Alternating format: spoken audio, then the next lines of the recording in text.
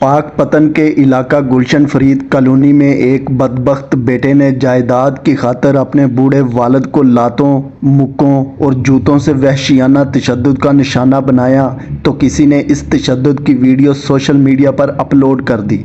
Social media صارفین نے video میں بوڑھے باپ پر تشدد دیکھ کر شدید الفاظ میں مذمت کی اور بدبخت بیٹے کو سزا دینے کا مطالبہ کیا۔ آخرکار ویڈیو متعلقہ پولیس تک پہنچ گئی اور پاک پتن تھانہ فرید نگر پولیس نے کارروائی کرتے ہوئے بدبخت بیٹے اور اس کے ساتھی کو گرفتار کر لیا۔ جائیداد کی خاطر بوڑھے والدین پر تشدد کا یہ کوئی پہلا واقعہ نہیں تھا۔ اس سے قبل بھی بدبخت اولاد کے ہاتھوں بوڑھے ماں باپ تشدد کا نشانہ بن چکے ہیں، بلکہ پاک پتن میں ہی مارچ کے مہینے میں ایک بدبخت بیٹے نے جائیداد کے تنازع کی خاطر بوڑھی ماں، بھابھی اور بھائیوں سمیت گھر کے 7 افراد کو قتل کر دیا تھا۔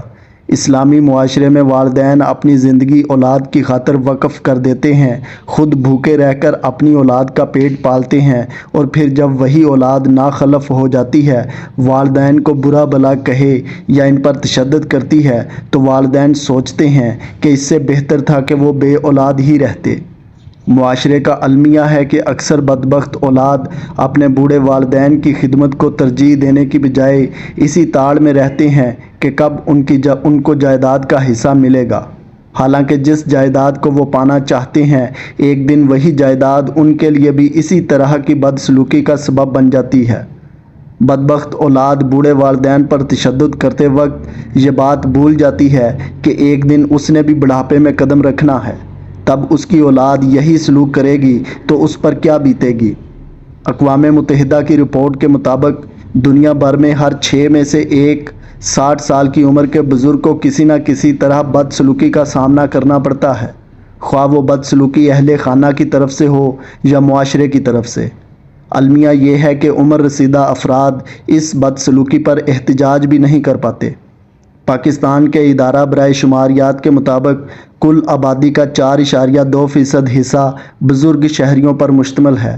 2050 تک یہ تناسب 15.8% تک پہنچ جائے گا۔ عالمی ادارہ صحت کے مطابق پاکستان میں اوسط عمر 66 برس ہے اور پاکستانی خواتین کی اوسط عمر تقریباً 67 سال، جبکہ مردوں کی اوسط عمر لگ بھگ 65 برس کے برابر ہے۔ اسلام میں بزرگوں کو اہمیت اور خاص مقام دیا گیا ہے۔ گھر میں بزرگوں کی موجودگی برکت کا باعث ہے۔